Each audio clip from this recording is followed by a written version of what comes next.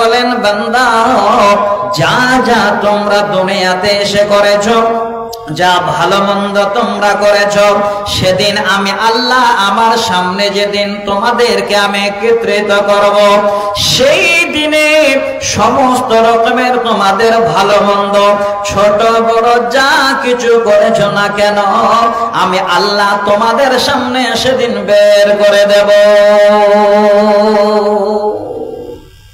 আল্লাহ সব সেদিন আমাদের বের করে দেবে।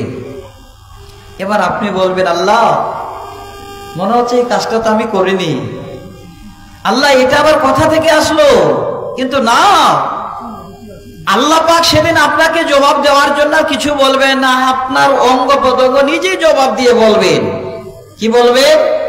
আল্লাহর কোরআন সূরা ইয়াসিন নামে একটা সূরা আছে, আয়াত নাম্বার 65, আল্লাহ পাক বলছে, ওরে আমার বান্দারা, اليوم نختم على أفواههم وتكلمنا أيديهم وتشهد أرجلهم بما كانوا يكسبون। আল্লাহ বলবেন বান্দা এই সমস্ত কিছু দেখে তোমরা হায় হতাশ করছ, আমি আল্লাহ আজকের দিনে তোমাদের এই কথা যেন আর নিজে বলছে না, শোনো সেদিন আমাদের মুখটাকে আল্লাহ বন্ধ করে দেবেন, যে মুখে আজকে আমাদের বন্ধ করার যেন কেউই নাই, যে মুখে কথা বলতে গেলে যদি বাধা দিই তারপরেও যেন কথা বের হয়। আল্লাহ বলেন বান্দারে সেদিন আমি তোমাদের সেই মুখটাকে বন্ধ করে দেব, আর সেদিন তোমার হাত আমার সামনে এবার কথা বলবে, তোমার পা আমার সামনে এবার সাক্ষী দেবে, কোথায় কি করেছ, কোথায় হেঁটে গিয়ে তুমি ভালো কর্ম করেছো না খারাপ করেছো। আল্লাহ বলেন বান্দা সেদিন আমি সমস্ত কিছু তোমাদের চোখের সামনে বের করে দেব, তোমাদের রায় পরিমাণ কিছুই আমি আল্লাহ সেদিন ছুপিয়ে রাখবো না। আল্লাহ বের করে দেবে। এবার যেই জায়গাটাতে আল্লাহ আমাদের একত্রিত করে আমাদের সব ভালো মন্দ দেখাবে থাকবো আমরা, আর আমাদের কাছ থেকে আল্লাহ থাকবে কত দূরে। একটু জিনিসটা ভালো করে বুঝে নেবেন, রাতে শুয়ে শুয়ে চিন্তা করবেন যে আল্লাহ ওই দিনটা তো আসবে, সেদিন আল্লাহ তোমার সামনে তো আমরা দাঁড় হব, আল্লাহ দুনিয়া থেকে আমরা কি নিয়ে যাচ্ছি তোমার সামনে যে দাঁড় হব সেদিন। এই চিন্তা ভাবনাটা একটু করেন, আর যদি আপনার দিলে যদি আল্লাহ পাক রব্বুল আলামিন মোহর লাগিয়ে দেন, তাহলে আমি অনুরোধ করছি সেই মোহরটাকে, সেই কালিমাটাকে দূর করার জন্য আল্লাহর কোরআন বেশি করে শুনেন। আমি আপনাদের একাধ দুটো খালি কোরআনের আয়াত শোনাই। যেদিন আমরা সব নিয়ে উঠব, ভালো মন্দ সব আল্লাহ আমাদের বের করে দেবেন, ওই দিনে আল্লাহ পাক রব্বুল আলামিন আমাদের সামনেই থাকবেন। তবে আল্লাহ যে থাকবেন, এই থাকার জায়গা আমি আপনাদের শুধু খালি একটু বলে দিচ্ছি যে আল্লাহ যেই জায়গা, ওই জায়গাটাকে বলা হয় আরশ। একটু শোনেন, ভালো লাগবে। আর বাংলায় বলা হয় মহাসন, যেখানে আল্লাহ পাক রব্বুল আলামিন সমারোহ থাকবেন। এই সন বা এই মহা আসনটাকে বলা হয় আরশ। সেদিন আল্লাহ আরশে বসবেন, আর তিনার পা দুটো আল্লাহ রাখবেন কুরসিতে। তাহলে আরেকবার ভালো করে তাকান আমার দিকে, আল্লাহ আরশে বসবেন, পা রাখবেন কুরসিতে, আর আমরা সবাই সেদিন আল্লাহ পাক রব্বুল আলামিনের কাছে দণ্ডায়মান হব। এই তিনটা জিনিস আপনারা নিজেরা একটু চিন্তা ভাবনা করবেন, তাহলে কুরসির থেকে আরশ একটু নিশ্চয়ই উঁচু হবে, যেহেতু আল্লাহ পাক নিচে আরশে বসবেন আর কুরসিতে পা রাখবেন, আর নিচে আমরা সবাই সেদিন আল্লাহ পাক রব্বুল আলামিনের কাছে দণ্ডায়মান হব। এবার এই তিনটা কথা আপনাদের 6 মিনিট বলছি, খুব লম্বা করব না, 1 ঘন্টা টাইম। এই টাইমটা দেখতে দেখতেই চলে যাবে। আপনারা শুধু অপেক্ষা করছেন যে আল্লাহ কোরআন শুনতে এসেছে যেন বেশি কিছু শুনে যেতে পারি। এবার আসেন, আল্লাহ পাক যেখানে বসে আছেন সেটার নাম হলো আরশ, যেখানে পা রেখেছেন সেটা হলো কুরসি। এবার আরশ থেকে কুরসির দূরত্ব এবং চওড়াই কতটা আমি আপনাদের ছোট করে দুটো কোরআনের আয়াত শোনাচ্ছি। আল্লাহ যে জায়গাটাতে পা রাখছেন এই জায়গাটা হলো কুরসি। সহি হাদিসে এসেছে যে আল্লাহ যেখানে পা রাখেন সেই কুরসিটা হলো এই জমিনের 7 তবক জমিনের থেকে ঊর্ধ্বে, আর তার থেকে ঊর্ধ্বে হলো আল্লাহর আরশ। তাহলে আমরা জেনে নিলাম এই জমিনটা এত বড় মনে হচ্ছে, তার 7 তবক জমিনের থেকে আল্লাহর পা রাখার জায়গাটা কুরসিটা হলো বড়, আর তার থেকে এবার আরশ হলো অনেক অনেক বড়। তাহলে বুঝতে পারলাম আরশ হলো বড়, তারপরে কুরসি। আমরা সবাই এবার আল্লাহর কাছে দাঁড়াবো। আসে, আল্লাহর কুরসিটা এত বড় হবে আপনাদের ধারণা হয় না, আমাদের চিন্তা হয় না। আল্লাহর কোরআন এখানে আছে, অনেক ভাইজান মুখস্থ করেছেন। সবাই আমরা প্রতি 5 ওয়াক্ত নামাজের বাদে বা অন্যান্য নামাজের বাদে তখন আমরা এই আয়াতটা পড়ি। নাম কি? যাকে আমরা বলি আয়াতুল কুরসি। অনেকের মুখস্থ আছে। আল্লাহর কোরআন সূরা আল বাকারা 255 নম্বর আয়াত। এবার আল্লাহ বলছেন, বান্দা দেখো আমার কুরসির তুলনাটা একটু তোমরা অনুভব করো। রব্বুল আলামিন বলছেন, ওয়াসিয়া কুরসিয়ুহুস সামাওয়াতি ওয়াল আরদ ওয়ালা ইয়াউদুহু হিফযুহুমা ওয়া হুয়াল আলিয়্যুল আযীম। আল্লাহ বলেন, বান্দা এই আমার কুরসিটা আকাশ এবং জমিন পর্যন্ত পরিব্যাপ্ত। ওয়ালা ইয়াউদুহু হিফযুহুমা, এবং সেগুলো রক্ষণাবেক্ষণ করতে আমি আল্লাহ কোনোদিন ক্লান্ত বোধ হই না। আল্লাহ বলেন, বান্দা সেই স্থান আমার হলো সে উঁচু স্থানে, সে উঁচু মর্যাদায়। তাহলে এবার আপনারা যে যেখানে বসে আছেন নিশ্চয়ই আপনারা জানতে পারলেন যে আল্লাহ রাব্বুল আলামিন যে জায়গাটাতে পা রাখেন এই জায়গাটা কত বড়। তার যেন আকাশ এবং জমিন পর্যন্ত যে কুরসি এত বড় যেন একটা তার দীর্ঘায়িত। তাহলে আল্লাহর আরশ কত বড় হবে যেখানে আল্লাহ রাব্বুল আলামিন সমাদর থাকবেন। এবার আসে, আল্লাহ এবার পা দুটো কুরসিতে রাখার পরে তিনি আরশে বসবেন, আর আমরা সবাই ওয়ায়াবা ইয়াহশুরুহুম জামিআ, আল্লাহর কাছে সবাই সেদিন আমরা একত্রিত হব। 3টা স্তর বুঝে নেন। আরশে বসলেন আল্লাহ, পা রাখলেন কুরসিতে, আমরা সামনে। এবার যে আরশ, সেই আরশটা কেমন একটু ধারণা নেন, ভালো লাগবে।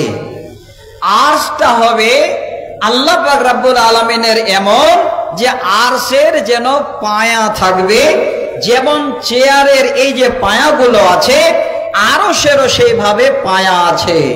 সহিহ বুখারীর হাদিস শোনাচ্ছি, যেদিন মানুষ সবাই মূর্ছিত হবে, প্রথমে যেদিন আল্লাহ পাক রব্বুল আলামিন আমাদের উঠাবেন, সর্বপ্রথমে আল্লাহ হুঁশ ফিরাবেন আমাদের নবী মুহাম্মদ সাল্লাল্লাহু আলাইহি সাল্লামকে। তিনি বলছেন, আমি সেদিন যেন সর্বপ্রথমে জাগ্রত হব বা আমার হুঁশ আসবে, আমি সেদিন যেন হুঁশ এসে দেখব আল্লাহ পাক রব্বুল আলামিনের আরশের কাছে এই রকমের একটা পায়া ধরে হযরতে মূসা আলাইহিস সালাম তিনি যেন দাঁড়িয়ে আছে। আল্লাহ নবী বলছেন, কোন নবীকে তোমরা কোন নবীর উপরে প্রাধান্য দিও না।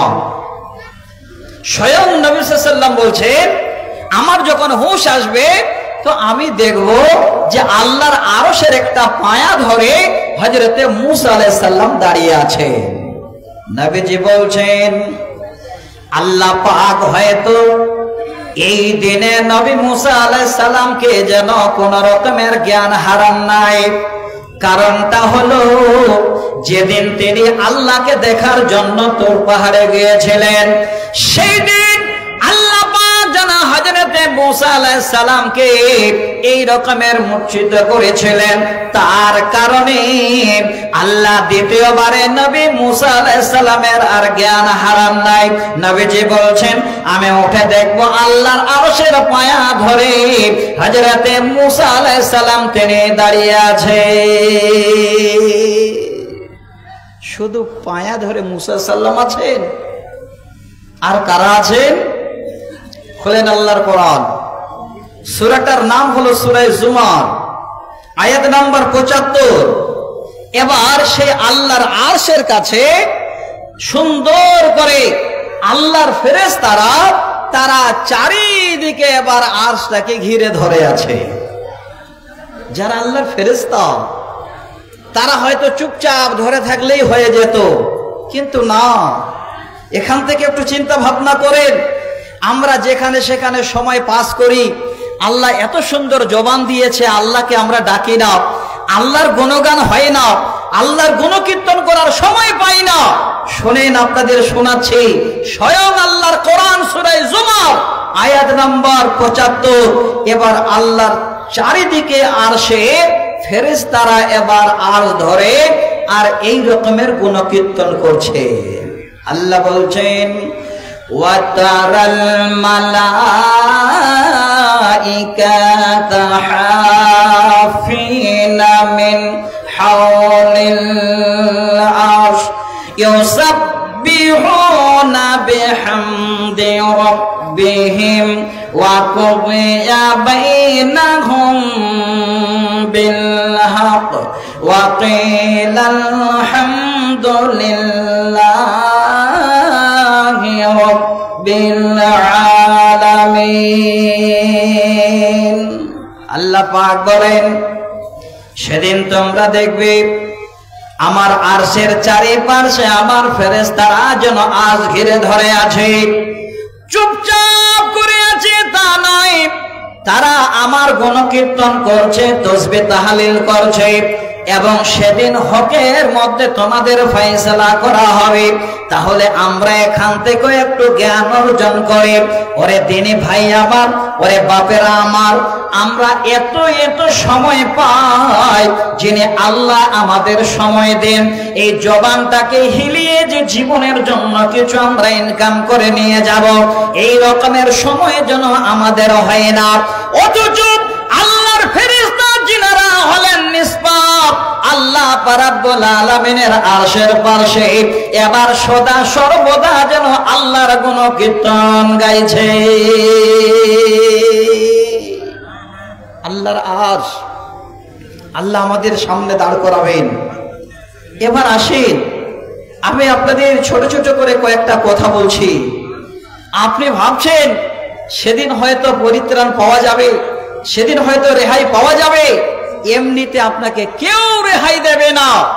রেহাই পাওয়ার অল্প একটু ব্যবস্থা আল্লাহ রাসূল আমাদের জন্য করে দিয়ে গেছেন। আপনি ভাববেন যে আমার ছেলে মাদ্রাসায় পড়ছে, কোরআনের হাফেজ বানিয়েছি, কিয়ামতের দিনে ছেলেটা হয়তো আমার কাছে এসে হাজির হবে। এটা কোনোদিন আশা করিয়েন না। এটা কোনোদিন যেন আপনার মনে আশা ধারণা না হয় যে এই ছেলেটা কিয়ামতের দিনে আমার পাশে দাঁড়াবে, কারণ আপনার ছেলে আপনাকে সেদিন পরিচয় দেবে না। সহিহ বুখারী মুসলিমের হাদিস বলছে আপনাদের, হযরত ইব্রাহিম আলাইহিস সালাম তিনি একজন বড় নবী, সবাই আমরা জানি। আল্লাহ এত সম্মান দিয়েছিলেন, খলিল বলে আখ্যায়িত করেছিলেন।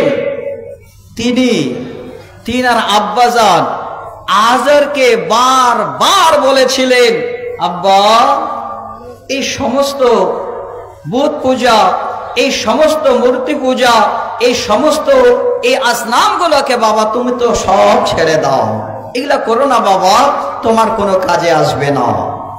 সেদিন বাবা সন্তানকে জবাব দিচ্ছে, ইব্রাহিম তুমি আমাকে কি কথা বলছো? সেদিন এরাই আমার পাশে দাঁড়াবে। সহিহ বুখারী মুসলিমের হাদিস। ভাইরা আমার, আল্লাহ যেদিন আরশে থাকবেন সবাই আমরা দাঁড়াবো। সেই দিন হযরত ইব্রাহিম আলাইহিস সালাম তিনার আব্বা সবাই উঠবেন। ওই অবস্থায় সেদিন ইব্রাহিম আলাইহিস সালামের বাবার আমলনামা নসিব খারাপ বাম হাতে গিয়ে এবার পড়বে। ইয়ালকা ইব্রাহিম ওয়া আবাহু আজার, এবার বাবা আর ছেলের সঙ্গে মুলাকাত হয়ে যাবে। হে দিনী বাপ, আজকের দিনে একটু নিজেরাই চিন্তা ভাবনা করেন, যদি নিজে কিছু উপার্জন না করেছেন আপনার পুস্তানার শেষ থাকবে না। যেদিন আল্লাহ পাক আমাদের সব কিছু বের করে দেবেন, আপনার সন্তান কিছুই কাজে দেবে না, আপনার আলেম সন্তান আপনাকে পরিচয় দেবে না, আপনার হাফেজ সন্তান আপনাকে সেদিন পরিচয় দেবে না। হাদিসটাকে শুধু একটু ফলো করুন। সালামের সঙ্গে এবার বাবার মুলাকাত হয়ে যাবে। দেওয়া যাওয়ার পরে এবার আজার ছেলের কাছে এসে বলবে, বেটা ইব্রাহিম আজকের দিনে বাবা তোমার কথাটাই যেন ঠিক হয়ে বাবা, একটাও যেন আজকে আমার পাশে কেউ দাঁড়ায় না, একটু চলো তোমার আল্লাহর কাছে, বেটা তুমি একটু আমাকে নিয়ে চলো। সেদিন বেটাকে বাবা বলবে, এই অবস্থা আমার হযরত ইব্রাহিম আলাইহিস সালাম বাপ তোমার ছেড়ে দিতে পারবেন না, সাথে নিয়ে এবার গিয়ে বলবে, ওগো আল্লাহ তুমি তো বলেছ আমাকে বেইজ্জতি করবে না, তুমি আমাকে খলিল বলে আখ্যায়িত করেছ। আল্লাহ আমার বাবা বাম হাতে আমলনামা পেয়েছে, আল্লাহ গো তাই আজকে আমার বাবার জন্য একটু তোমার আরশের পাশে এসে দাঁড়ালাম। আল্লাহ সুপারিশ করার জন্য সন্তান হিসাবে একটু এসেছি। আল্লাহ পাক আরশে আজিম থেকে এই রকমের আওয়াজ দিয়ে বলবে, ইব্রাহিম শোনো আমি আল্লাহ তোমাকে বলছি, ইন্নী হারামতুল জান্নাতা আলাল কাফিরিনা সুম্মা ইয়াকালু লিইব্রাহিম মা তাহতা রিজলাই। আল্লাহ বলবেন, হে নবী ইব্রাহিম আজকের দিনে কোন বাপ ছেলের এখানে পরিচয় নয়। হে নবী ইব্রাহিম তুমি তোমার বাবার জন্য এসেছো, আমি আল্লাহ বলছি শোনো, ইন্নী হারামতুল জান্নাতা আলাল কাফিরিন, আমি আল্লাহ কাফেরদের জন্য আমার জান্নাতকে হারাম করে দিয়েছি।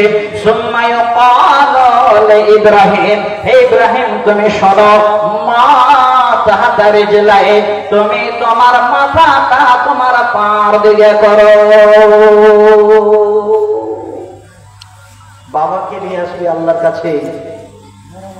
শোনেন, নিজে যেইটুকু করবেন সেটাই আপনার সম্বল আল্লাহ সব বের করে দেবে বলেছে।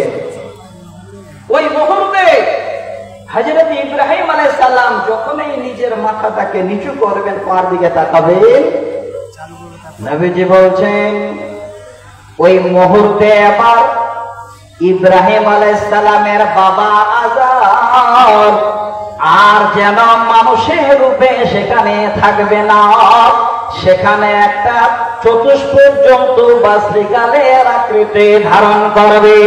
হে ভাই আমার, হে বাপেরা আমার, সেদিন যেন বলা হবে এই সমস্ত চতুষ্পদ জন্তু বা এই জন্তুটাকে জাহান্নামের দিকে এবার নিক্ষেপ করো। তাহলে কি বুঝতে পারা গেল, যেদিন আল্লাহ রাব্বুল আলামিন আমাদের একত্রিত করবেন, যেদিন আল্লাহ আমাদের হিসাব নেবেন, যেদিন আল্লাহ পাক আরশে আজিমে বসবেন, সেদিন নিজে নবী হয়ে বাবার সুপারিশ যেন খাটবে না বা থাকলো না।